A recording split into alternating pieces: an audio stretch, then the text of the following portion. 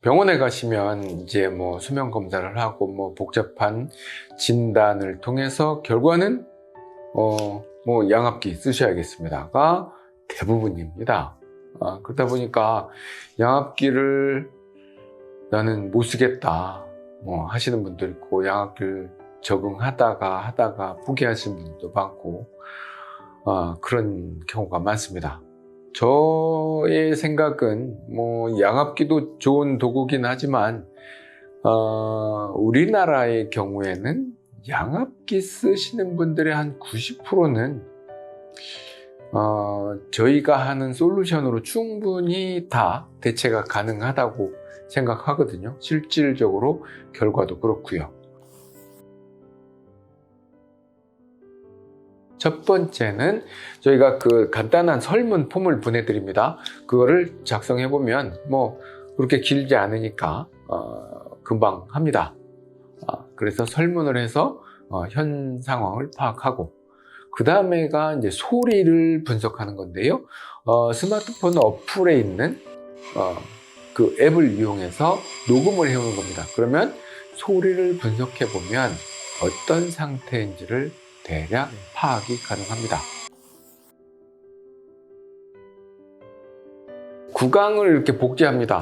자, 치아 상태도 봐야 되고, 이 입천장, 그 다음에 이런 뼈 구조, 그 다음에 혀의 위치나 어떤 구조에 의해서 생기는 문제들이 상당히 많거든요. 그리고 이처럼 이제 목젖도 보고, 이제 이렇게 해서 그 구강을 복제해서 구강 분석을 해봅니다. 그리고 또 하나가 겉으로 보이지 않는 게 뭐냐면 엑스레이를 찍어서 측면을 찍어서 이 구강 골격, 그 다음에 기도의 형태, 혀의 위치, 뭐 이런 모양, 이런 것들을 보고요.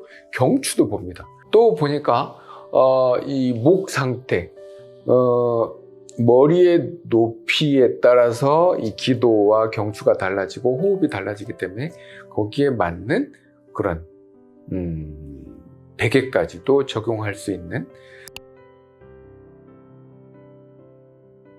턱이 자꾸 뒤로 밀려 들어가는 사람이 있고요. 혀가 커서 혀가 밀려 들어가는 사람이 있어요. 그러면 그거를 턱을 밀려 들어가지 않게 유지만 해줘도 괜찮은 사람이 있고요. 혀가 밀려 들어가지 않게 유지만 해줘도 괜찮은 사람이 있어요. 그런 경우에는 원인이 무엇이냐에 따라서 선택해서 기본적으로 유지해 줄 수, 턱을 유지하거나 혀를 유지하는 그런 장치를 적용해서 하는 게, 턱을 전진 상태로 유지해 주는 것 플러스 상황에 따라서 조절이 가능한 그런 거를 적용해서 턱의 위치를 조절할 수 있는 것이 포함된 게, 소재가 무엇이냐에 따라서 또 완전히 뭐 적용 방식이 달라지고 하기 때문에 그런 경우에는 그렇게 다르게 적용할 수도 있습니다. 우리는 완전 맞춤형이기 때문에 뭐 그런 것도 다 가능합니다.